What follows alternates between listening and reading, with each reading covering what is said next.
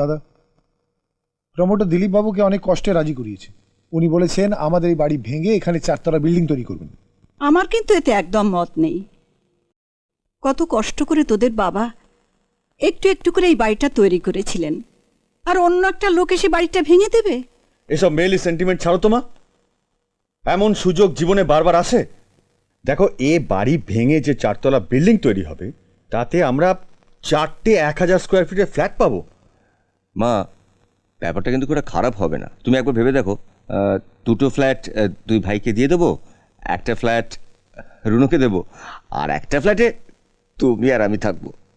দে, এই স্ট্যাম্প পেপারে সই করে দে।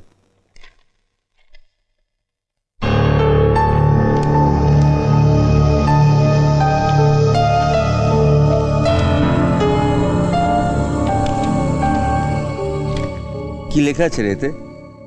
তোর হাতে ওটা দেওয়াটাই ভুল হয়েছে। তুই তো লেখাপড়া জানিস না, পড়বি কি করে? ওতে লেখা আছে এই বাড়ি ভেঙে যদি ফ্ল্যাট করা হয় তাতে তোর কোনো আপত্তি নেই। এই দুটো কথা লেখার জন্য তোরা 2 পাতা টাইপ করে ফেললি? আরে এটা তো আমরা টাইপ করিনি, প্রমোটারের উকিল টাইপ করে দিয়েছে।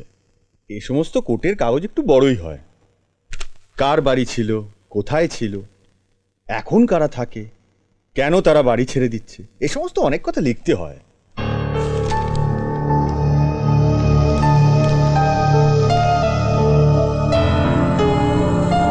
কাকে দিয়েছি? রাজার পাট। দাদা, তুই স্ট্যাম্প পেপারটা উল্টো ধরেছিস। এইভাবে ধর, এনে পেন নে, সই করে দে। তোরা তো বললি যে এতে লেখা আছে যে এই বাড়িটা ভেঙে ফেললে আমার কোনো আপত্তি নেই, তাই না? হ্যাঁ হ্যাঁ, তাই তো লেখা আছে। এই তো, এই জায়গায় লেখা আছে। আমি নয় ভুল করে স্ট্যাম্প পেপারটা উল্টো করে ধরেছিলাম, কিন্তু তোরা তো ইচ্ছে করে উল্টো কথা বলছিস। এখানে তো অন্য কি সব লেখা আছে। তুই কি করে জানলি যে ওতে অন্য কথা লেখা আছে? আমি কি করে জানলাম?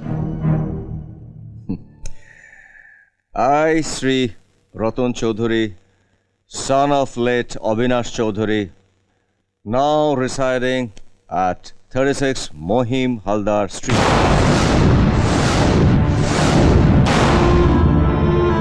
কিরে, আর পড়বো না তোদেরকে থামিয়ে দিতে এখানেই থেমে যাব? তুই লেখাপড়া শিখলি কবে রতন?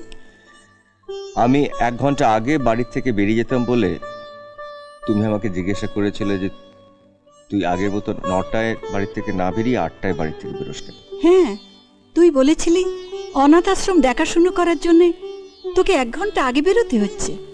হ্যাঁ, 1 ঘন্টা আগে আমি অনাথ আশ্রমে যেতাম, অনাথ আশ্রম দেখাশোনা করার জন্য নয়, নিজেকে তৈরি করার জন্য।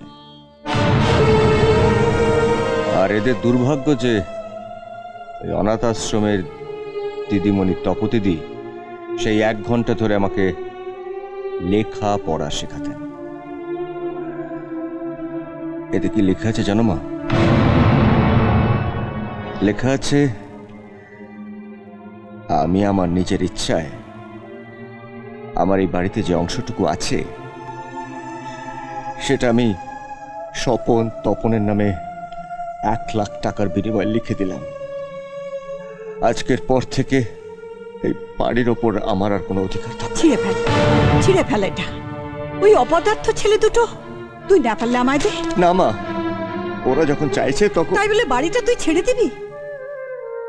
হ্যাঁ মা, যাদের বুকে আমার জন্য এতটুকু জায়গা নেই তাদের বাড়িতে জায়গা নিয়ে আমি কি করব? এই বাড়িটা ছেড়ে দিলে তুই থাকবি কোথায় রতন? কেন, ওই অনাথ আশ্রমে? তুই অনাথ আশ্রমে থাকবি? হ্যাঁ মা, যারা ওই অনাথ আশ্রমে থাকে তারা তো অনাথ, তাদেরও তো মা বাবা নেই, আর আমারও তো।